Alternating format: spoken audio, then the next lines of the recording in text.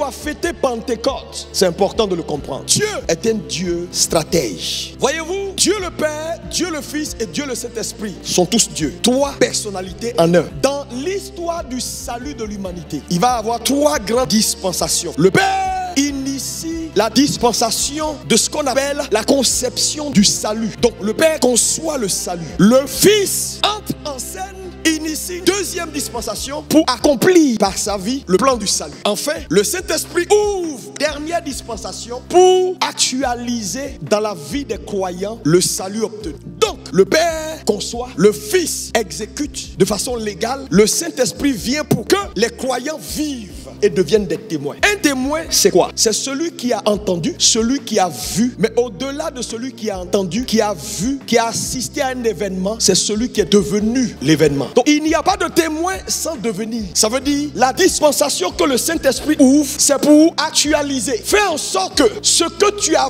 vu, ce que tu as entendu, tu le deviennes. Ça veut dire, à un moment donné, tu ne témoignes plus de Jésus, mais tu deviens la preuve que Jésus est vivant. Quand on te voit, on peut voir que Jésus est ressuscité. Quand on peut voir que Jésus est fort. Quand on te voit, on peut voir que ce que le Père a dit est la vérité. Pourquoi? Tu deviens la chose.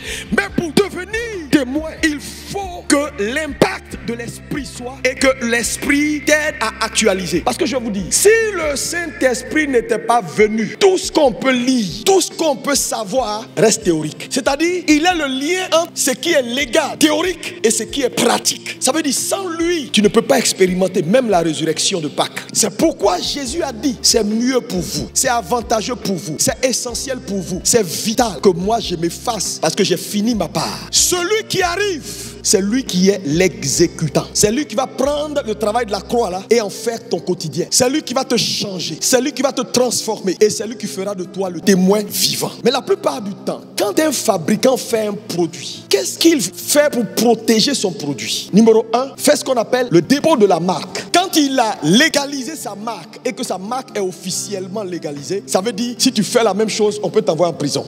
Il va maintenant marquer son produit, sceller son produit. Mais quand il scelle son produit, quand il certifie le produit, c'est pour donner au produit une spécificité. Le produit est la réputation du fabricant. Un fabricant qui fait un produit, qui ne scelle pas son produit ou qui ne certifie pas son produit peut perdre son produit. Tout ce qui n'est pas scellé finit par perdre sa valeur. Voilà pourquoi, quand Jésus vient et il fait le salut, il se reproduit, donc il donne naissance à une nouvelle race d'hommes qui deviennent le produit de Dieu. Le problème, c'est que Dieu sait que s'il n'envoie pas le Saint-Esprit nous sceller, nous marquer, il peut nous perdre. Le Saint-Esprit n'est pas venu juste pour amusement, hein. C'est pour protéger le produit que nous sommes devenus en Jésus. Parce que s'il s'amusait à ne pas envoyer le Saint-Esprit pour nous sceller, on aurait pu tous se perdre. Quand un fabricant scelle un produit, premier objectif qu'il poursuit, c'est quoi? C'est que tous ceux qui verront le produit puissent savoir d'où vient le produit. Donc quand le Père envoie le Saint-Esprit pour nous sceller, c'est pour identifier chaque croyant et mettre sur leur front propriété privée du ciel.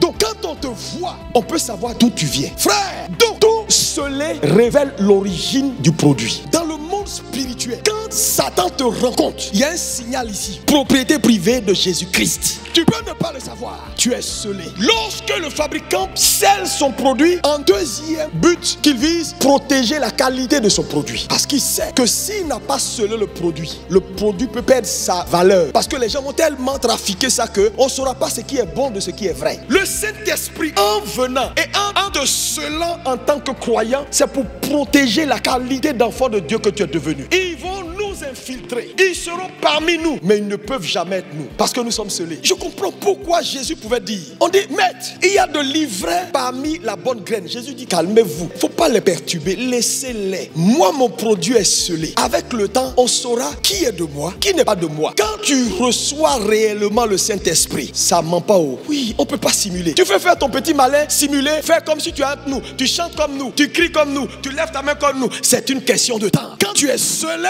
on saura que tu es scellé. Il dit, laissez-les pousser. Il dit à un moment donné, mais l'ivraie va se distinguer d'elle-même. Parce qu'il y a des choses, si tu n'es pas scellé, tu ne peux pas devenir. Troisième objectif, quand un fabricant scelle son produit, frère, c'est pour avorter le piratage. Parce que tout ce qui a de la valeur, ça dit est convoité. Et Dieu sait que vous êtes devenus, comme l'un d'entre eux, vous êtes devenus des enfants de Dieu. Donc vous allez convoiter. Parce que ce que vous êtes devenus là, Satan va convoiter ça. Parce que dans ces derniers temps, il va avoir beaucoup beaucoup de chrétiens piratés. En quatrième objectif, lorsque le fabricant scelle son produit, c'est pour garantir la vente et le succès de son produit sur le marché. Vous savez, quand un produit n'est pas scellé, il peut dégringoler en vente. Dieu sait que si tu n'es pas scellé, les exploits, réussir, accomplir des grandes œuvres, c'est des choses qui vont te manquer. À un moment donné, pourquoi? Parce que la qualité de ta marche avec Dieu est proportionnelle à la qualité de ton feu. Parce que le produit fait la réputation du fabricant. Donc un produit qui marche, c'est le fabricant qui reçoit la gloire. Donc en scellant son produit, c'est pour assurer que le produit marche, prospère. Voilà pourquoi Dieu nous a scellés par le Saint-Esprit pour que nos vies soient des vies d'exploit, des vies qui marchent, des vies qui avancent, des vies qui deviennent des vies de témoins. Quand les gens nous voient, ils ont envie de nous ressembler. Quand les gens nous voient, ils ont envie d'aller avec Jésus. Quand les gens nous voient, ils ont envie de devenir des enfants de Dieu.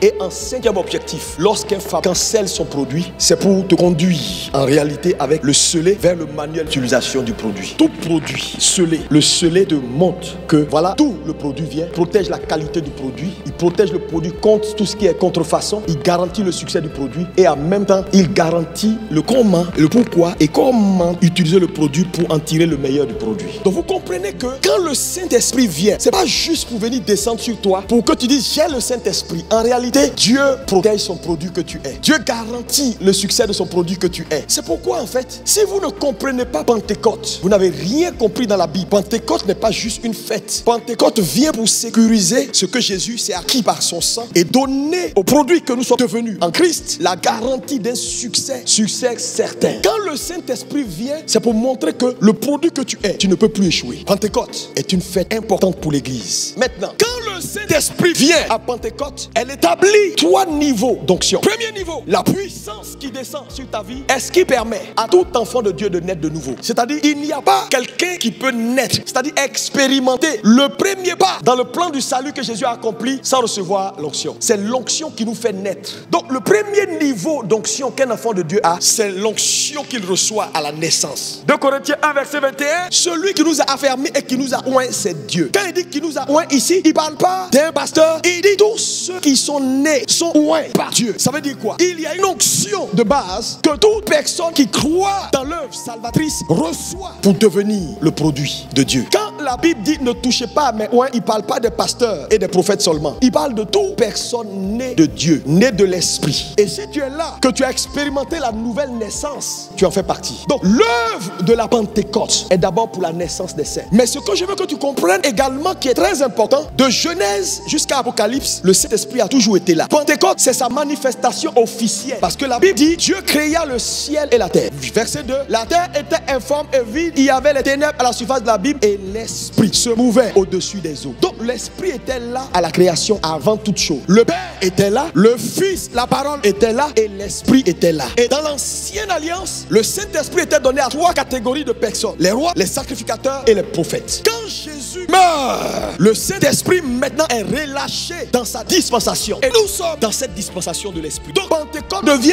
la porte officielle. Bien que l'Esprit ait été là. Parce que nous voyons dans la Bible, Jésus soufflait sur des gens pour dire recevez l'Esprit. On n'était pas encore à acte. Il n'était pas l'acteur majeur. Parce que dans le Nouveau Testament, l'acteur majeur c'était Jésus. Bien que le Père soit là et le Fils soit là. Dans l'Ancien Testament, l'acteur majeur c'était le Père. Bien que Jésus soit là et que l'Esprit soit là. Dans Actes, l'acteur majeur devient le Saint-Esprit. Le Père est là, le Fils est là. C'est pourquoi un chrétien qui ne comprend pas Pentecôte va rater sa vie chrétienne. Il a dit, lorsqu'il viendra, il vous révélera ce qu'il aura vu en moi. C'est mieux pour toi que moi je m'éclipse et que l'acteur majeur soit là. Et il est là. Et à cause de lui, tu es né. Maintenant, quand tu es né, il y a un deuxième niveau d'impact que le Saint-Esprit t'accorde pour tout ce que Dieu t'a appelé à faire. Il n'y a aucune œuvre qu'un homme peut faire s'il n'a reçu de l'impact. Quand il n'y a pas d'impact, il n'y a pas d'approbation. Parce que tout ce que Dieu n'impacte pas, il n'approuve pas. En d'autres termes, tout ce qui n'est pas initié à partir de l'Esprit ne peut jamais être approuvé par Dieu. La vraie prière que Dieu exauce, c'est la prière que Dieu initie dans le cœur de la personne qui demande. En vérité, Dieu n'exauce que ce qui sort de lui. Quand tu vois même un païen élever la voix, et puis Dieu a exaucé, Dieu a mis dans son cœur ce qu'il doit dire. Il est l'initiateur, le consommateur de toute foi. Il crée en nous le vouloir et le faire. Le mot il crée en nous le vouloir et le faire, ça veut dire en réalité, mon ami, il y a une onction pour le service.